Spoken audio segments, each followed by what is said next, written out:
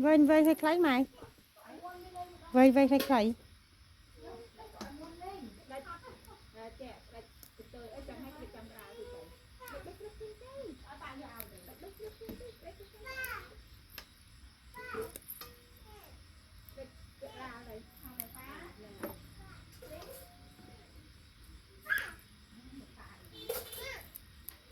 hả ông mà hả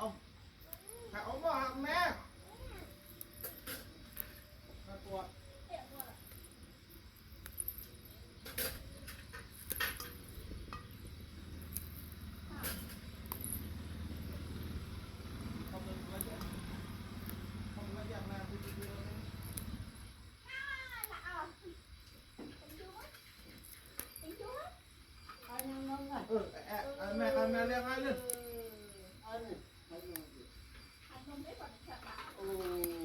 ơn nè nghe luôn rồi nè chú khá ta lên chú khá ta lên chú một ai đi có gì không con nghe con nhang bè rồi trà tôi nhang rồi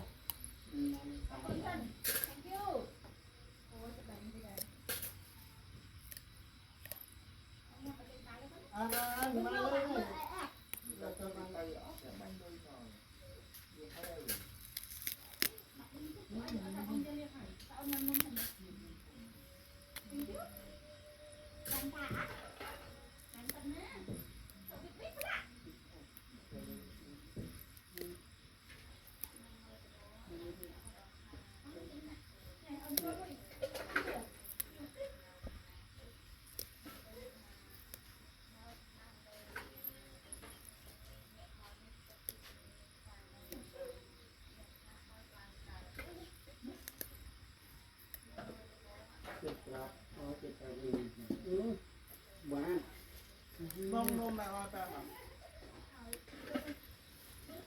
đưa này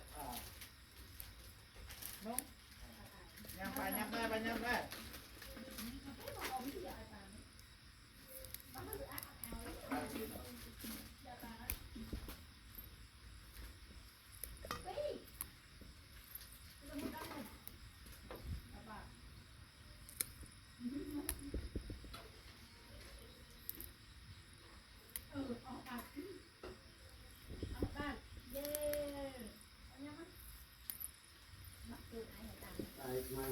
ông rồi ông tôm đi